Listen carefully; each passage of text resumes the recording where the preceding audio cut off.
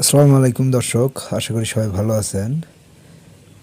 তো আমি আজকে আপনাদের একটা আজব বড়াই নিয়ে হাজির হয়েছি। তো আপনারা দেখতেই পাচ্ছেন কিছু বড়াই পাড়তেছি। তো আপনারা অনেক বড়াই খাইছেন, কিন্তু এই বড়াইটা আসলে খাইছেন কি না আমি আসলে জানি না। কিন্তু আমার বাগানে এই প্রথম 2 বছর ধরে এই বড়াইটা পাচ্ছি। তো এই বড়াইটা ছোট বাচ্চাদের থেকে শুরু করে যাদের দাঁত নেই তারাও এই বড়াইটা খাইতে পারবেন, কোনো অসুবিধা নেই। কারণ এই বড়াইটা হলো সিডলেস, কোনো বীজ নেই। তো আপনারা অনেকেই দেখেন যে প্রতিটা বড়ইয়ের বীজই থাকে, মানে আটি থাকে। তো এই বড়ইয়ের আটি বা বীজ নেই। আপনারা যারা মানে আপেল খেয়ে থাকেন, তো আপেলের বিচি যেরকম চিটা হয়ে থাকে সেই রকম চিটা এই আপেলের বিচির মতো। তো আমি আপনাদের কেটে দেখাচ্ছি এখন, যেহেতু আমি একা একা ভিডিওটা করতেছি, তো ক্যামেরা ধরা মানুষ নাই, সেই জন্য একটু সমস্যা হচ্ছে।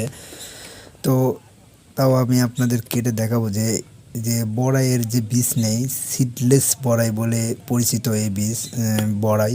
তো আপনারা দেখতেই পাচ্ছেন আমি বড়াইয়ের মাঝখান দিয়ে কাটতেছি, অথচ বীজ নেই। ওই দেখেন, এটাও কাটবো এখন। বড়াই দেখেন, এই যে দেখেন বীজ নাই, মাঝখান দিয়ে কাটতেছি। প্রতিটা বড়ই এরকম এবং মিষ্টি বটে, কিন্তু এটা কেউ বাণিজ্যিকভাবে কেউ চাষ করবেন না, কারণ এই বড়াইয়ের ফলন আসলে ভালো না। বড়াইটা ফলন কম এবং বাণিজ্যিক মানে ব্যবসার জন্য এটা চলবে না। এমনিতে খাওয়ার জন্য হয়তো 2-1টা গাছ লাগাইতে পারেন।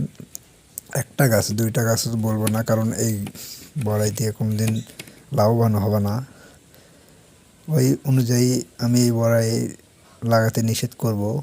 এই যে আপনারা দেখতে পাচ্ছেন আপেলে যে চিটা বীজ থাকে সেরকম, এর কোনো যে বড় বীজ নেই। এই জন্য ছোট বাচ্চা এবং বয়স্ক মানুষেরাও নিঃসন্দেহে খাইতে পারবে, কোনো দাঁত ছাড়াও খাইতে পারবেন। এবং নরম আছে, সফটও আছে। তো আমি খেয়ে দেখাচ্ছি। এদিকে দেখেন আমি একটা নিলাম, এই যে দেখেন বড়াই নিয়ে খাচ্ছি। মিষ্টি বটে, কিন্তু আসলে যেরকম আপেল খান সেই রকম আপেলের একটু ঘ্রাণ পাওয়া যায়। তো এটা, এই যে দেখেন আমি পুরো বড়াইটা খাবো, কোনো বীজ নেই। আশা করি সবাই ভালো থাকবেন। আজকের ভিডিওটা এই পর্যন্তই। আল্লাহ হাফেজ।